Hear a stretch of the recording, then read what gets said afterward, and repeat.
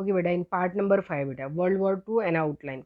With the commencement of the World War II, the world was again divided into two groups.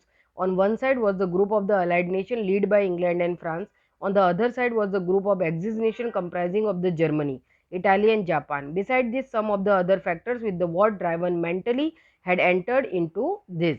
एक तरीके से देखा जाए बेटा, तो द्वितीय विश्व युद्ध की शुरुआत होती है, हमने देखा कि वर्ल्ड वापस से दो ग्रुप में डिवाइड हो गया.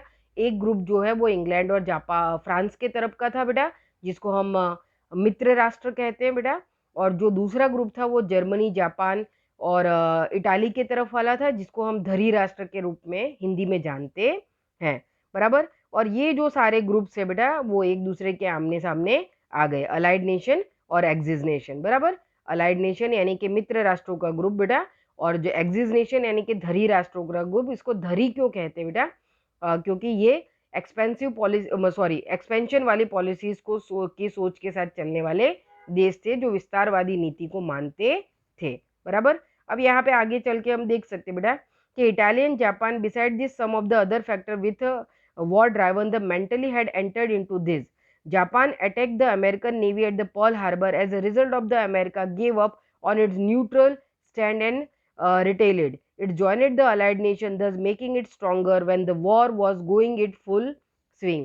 एक तरीके से देखा जाए बेटा, तो यहाँ पे जैसे फर्स्ट वर्ल्ड वॉर के टाइम पे जर्मनी ने लुस्टेनिया के ऊपर अटैक कर दिया था अमेरिकन नेवल फोर्स के शिप पे, और अमेरिका जो है एंटर हुआ था. वैसे ही बिल्कुल सेकेंड वर्ल्ड वॉर में भी ऐसा ही था. अमेरिका पहले से एंटर नहीं था बेटा, अमेरिका हमेशा न्यूट्रल रहा है. लेकिन सेकेंड वर्ल्ड वॉर में भी ऐसा ही हुआ कि जापान ने जो है अमेरिका के पर्ल हार्बर जो बेटा, उसका एक तरीके से मिलिट्री जो है नेवल बेस पोर्ट था बेटा, उसके ऊपर उसने अटैक कर दिया.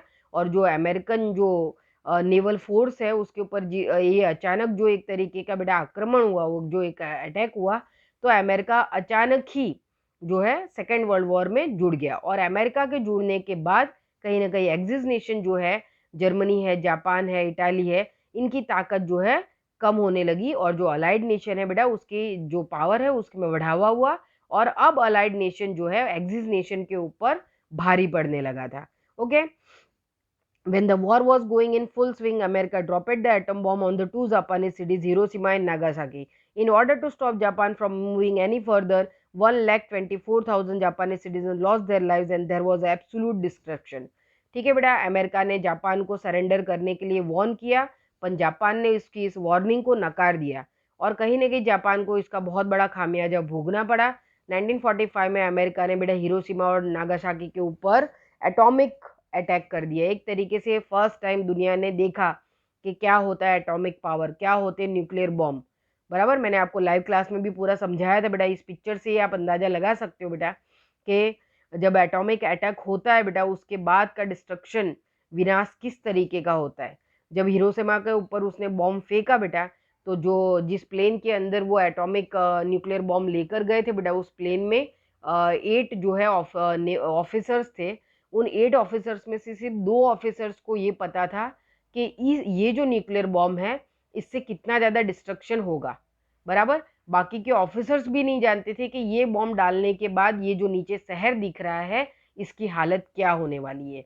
जापान को खुद 12 से 15 घंटे तक पता नहीं चला था कि हिरोशिमा में क्या हुआ. बराबर. और वो जो 12 to 15 आवर्स का उसने जो बेटा डिसीजन लेने में देरी कर दी, उसका रीजन हुआ कि अमेरिका ने नागासाकी के ऊपर भी जो है एटॉमिक जो है अटैक कर दिया. बराबर. अगर जापान ने हिरोशिमा के बाद तुरंत डिसीजन ले लिया होता बेटा, तो शायद जापान अपने दूसरे जो सिटी को बचा पाता. लेकिन जापान को कुछ समझ में ही नहीं आया. जब तक उसके ऑफिसर्स जाते हिरोशिमा के सारा डिस्ट्रक्शन देखते, तब तक तो बहुत दिन मतलब काफी घंटे बीत चुके थे, और अमेरिका जो है उस समय कुछ भी बर्दाश्त करने को तैयार नहीं था. और अचानक हिरोशिमा नागासाकी पे ये जो न्यूक्लियर अटैक हुआ बेटा, इससे पूरी दुनिया दहल गई. और कुछ समझ में नहीं आ रहा था दुनिया को कि ये किस तरीके का एटॉमिक पावर है जो पूरे के पूरे जो है सिटी को बेटा एक साथ कुछ ही सेकंड में जो है खत्म कर सकता है. यहाँ पे बहुत लंबी चौड़ी फिगर दी है बेटा, 1,24,000 सिटीजन लॉस्ट देयर लाइव्स. बराबर. दिखाई दे रहा है आपको बेटा, है ना. There was the absolute destruction, 1,20,000 लोगों ने अपनी जान गंवाई थी बेटा, और जो जिंदा रह गए थे ना बेटा वो भी मौत मांग रहे थे। क्यों? क्योंकि जो मर गए थे वो तो खुशकिस्मत थे कि मर गए, पर जो जिंदा रह गए थे बेटा उनकी जिंदगियां मौत से भी बदतर हो गई थी। क्योंकि जो न्यूक्लियर बॉम्ब्स होते हैं बेटा उनके जब पार्टिकल एटमॉस्फेयर में और लैंड में जब मिक्सअप हो जाते हैं बेटा, वो स्प्रेड हो जाते हैं, तो एक तरीके से वो हमारी ह्यूमन बॉडी को बहुत ज़्यादा नुकसान पहुंचाते हैं। आज भी हिरोशिमा नागासाकी के अंदर जो उनकी थर्ड फोर्थ जनरेशन अब आ रही है बेटा, उनके दादा परदादा के जीन्स में बेटा जब ये एटॉमिक पार्टिकल्स जो है बेटा उस समय आ चुके थे, और ये आज जेनेटिक वे में जनरेशन टू जनरेशन उनमें ट्रांसफर हो रहे हैं। बच्चे डिसेबल्ड होते हैं, हैंडीकैप्ड होते हैं, तरह तरह की बीमारियों के शिकार होते हैं, बराबर, जबकि उनकी कोई गलती नहीं है। लेकिन जो ये एटॉमिक अटैक होते हैं बेटा ये इसी तरीके से होते हैं, ये बहुत लंबे समय के लिए बेटा जो वहाँ का एटमॉस्फेयर होता है बेटा, और वो है वहाँ का जो लैंड एरिया है बेटा, वहाँ का जो वाटर बॉडी एरिया है, सब चीज़ों के अंदर बेटा एक तरीके का पॉइजन बराबर फैला देते हैं, जो बहुत लंबे समय तक बेटा उस देश में जो आगे की जनरेशन्स आती है उनको भी बैडली इफेक्ट करता है। तो ये चीज़ समझने वाली है। और आखिरकार जब ये डिस्ट्रक्शन हुआ बेटा, जापान इससे दहल गया, जापान क्या पूरी दुनिया दहल गई थी। Japan surrendered 11 August 1945 and world war two came to an end. और आखिरकार जापान ने तुरंत जो है बेटा सरेंडर कर दिया, बराबर, क्योंकि वो खुद इतना छोटा सा कंट्री था और उसके दो दो मेजर सिटीज जो है बेटा खत्म हो चुके थे, उसके इतने सारे सिटीजन मारे जा चुके थे।